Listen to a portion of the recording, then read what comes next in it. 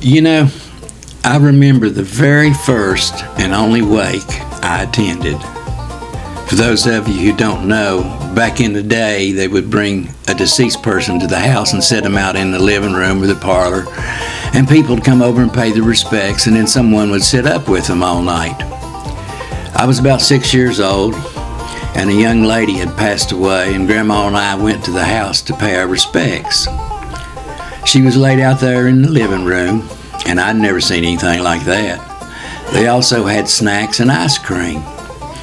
Grandma got me a paper plate and put some ice cream on it, and people kept going up and looking at the young lady. So I thought, hey, I'll go take a peek.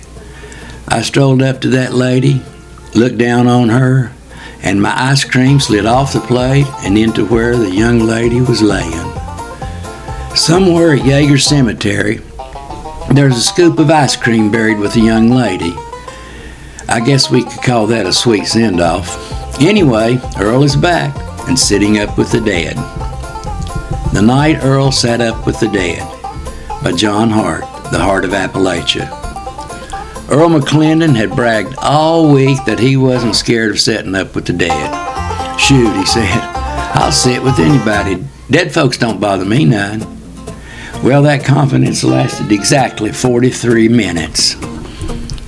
It was at near midnight in the Hargrove parlor. The candles were flickering, shadows crawling up the wallpaper, and Earl sitting in a creaky rocker with a cup of cold coffee and nerves tighter than banjo strings in January. Mr. Hargrave lay peaceful in the casket, quilt tucked neatly, his hands were folded.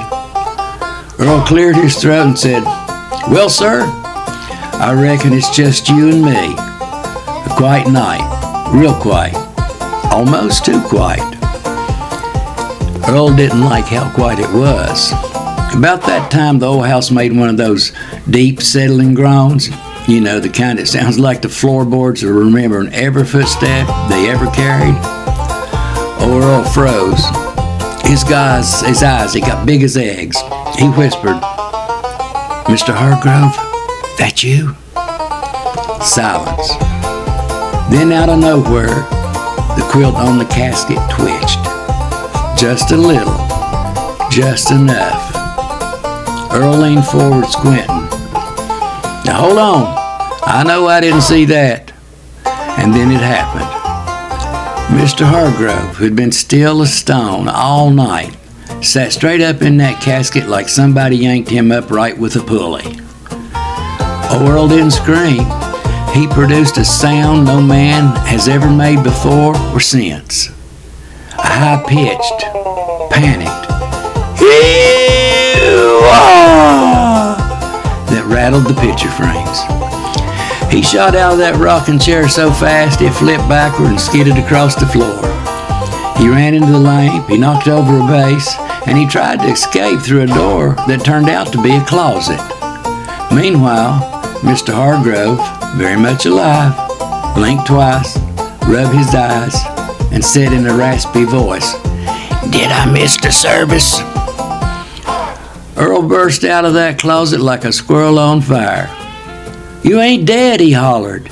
"You can't just sit up like that. You gotta warn a man." Mr. Hargrove looked confused. "Well, I wasn't dead when they put me in here. I told them I was just napping hard." Earl clutched his chest. "I done lost 10 years off my life. You can't be taking naps that deep, Hargrove. You scared the soul clean out of me."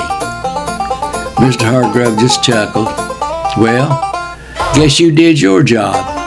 You sat up with me. You just didn't expect me to sit up with you."